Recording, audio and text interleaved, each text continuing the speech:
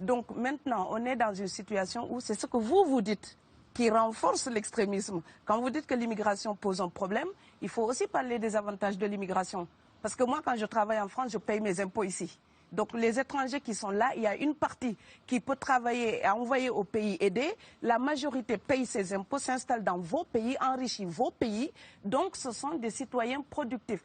Après, il faut voir, il y a une minorité qui vient, il y a des morts, certes. Mais je voulais souligner une chose. Le discours que vous avez, il est encore légitime tant que l'Afrique restera muette. Et moi, aujourd'hui, je voulais m'indigner pour le silence de l'Union africaine. Les gens là qui meurent sur les plages, et je mesure mes mots, si c'était des Blancs, la terre entière serait en train de trembler. Ce sont des Noirs et des Arabes. Alors eux, quand ils meurent, ça coûte moins cher. Ici, j'étais venue en 2008 et j'avais dit, l'Union européenne, avec ses flottes de guerre, avec son économie, je vous dis une chose, si on voulait attaquer nos pays ici en Occident, il y aurait des moyens de se défendre. Donc si on voulait sauver les gens dans l'Atlantique, dans la Méditerranée, on le ferait. Parce que les moyens qu'on a mis pour Frontex, on aurait pu les utiliser pour sauver les gens. Mais on attend qu'ils meurent d'abord. C'est à croire que le laisser mourir est même un outil dissuasif. Et je vais vous dire une chose, ça ne dissuade personne. Parce que quelqu'un qui part et qui envisage l'éventualité d'un échec, celui-là peut trouver le péril absurde et donc l'éviter. Mais celui qui part pour la survie, qui considère que la vie qu'il a à perdre ne vaut rien, eh bien celui-là, sa force est inouïe. Parce qu'il n'a pas peur de la mort.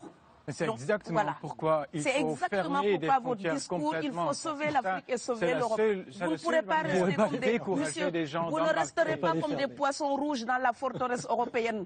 La crise actuelle nous a démontré ça. Au jour d'aujourd'hui, l'Europe ne sera plus jamais épargnée tant qu'il y aura des conflits ailleurs dans le monde.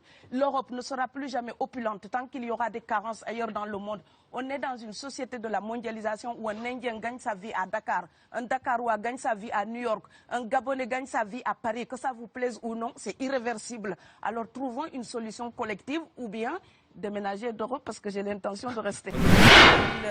Quand quelqu'un part, c'est comme quelqu'un qui est élu, choisi, peut-être le plus débrouillard. Et il y a tout un clan ou toute une famille qui pose son espoir sur cette personne-là. Monsieur, là, je vous vois bien habillé, bien nourri. Si vous étiez affamé chez vous, peut-être que votre famille serait ravie d'imaginer que vous pourriez aller gagner de quoi faire vivre les autres. Donc c'est aussi une solidarité qui est en œuvre. On laisse partir quelqu'un, on compte sur lui. Vous allez me laisser terminer. Et Schengen, entre guillemets Schengen, ça me permet d'être invité aux Pays-Bas, monsieur, donner des conférences dans vos universités. Quand ils trouvent que mon cerveau est convenable, là, ils l'utilisent. Par contre, ils sont embêtés à l'idée d'avoir mon frère, qui n'est pas aussi diplômé que moi et qui pourrait avoir peut-être envie de travailler dans le bâtiment. Donc, vos pays deviennent schizophrènes. On ne peut pas trier les gens comme ça avec les étrangers utiles et les étrangers néfastes. Et la deuxième chose que je veux dire aussi, c'est que les Européens, là, on voit des Africains qui viennent, d'accord? Ce mouvement, ce déplacement de population, on le voit. Mais on ne voit pas le mouvement des Européens allant vers les autres pays.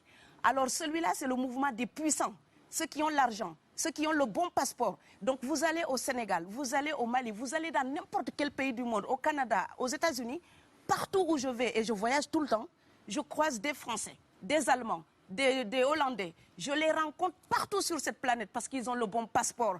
Donc, comme avec l'exotisme, l'Europe s'était arrogé le précepte unique, unilatéral, de l'exotisme. Les autres sont exotiques. Alors que pour quelqu'un de mon village, il n'y a rien de plus exotique que quelqu'un d'Amsterdam.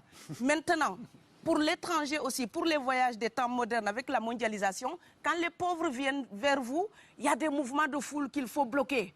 Mais quand vous, avec votre passeport et avec toutes les prétentions que cela donne, vous débarquez dans les pays du tiers-monde, là, vous êtes en terrain conquis. Donc on voit les pauvres qui se déplacent, on ne voit pas les riches qui investissent dans nos pays.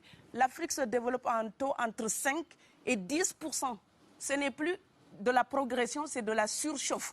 Sauf que quand des pays du tiers-monde se développent et qu'ils n'ont pas les moyens, pour gérer tout ça, il faut une ingénierie, il faut une formation, il faut des populations pour installer une démocratie. Là, cette surchauffe-là, vous avez besoin qu'on reste dominé pour servir de débouché à l'industrie européenne.